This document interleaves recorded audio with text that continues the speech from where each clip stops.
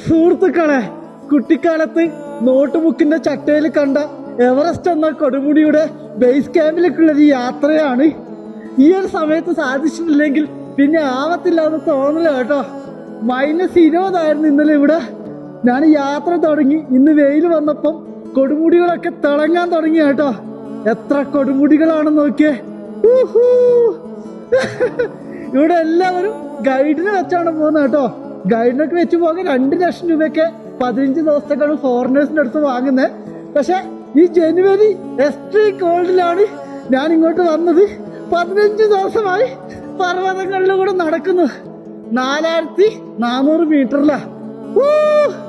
ആഗ്രഹങ്ങൾക്ക് ഞാൻ ചിറക് വെച്ചുകൊണ്ട് പറക്കുകയാണ്. പ്രിയപ്പെട്ട സുഹൃത്തുക്കളെ, നിങ്ങളും മനോഹരമായ യാത്രകൾ ചെയ്യൂ.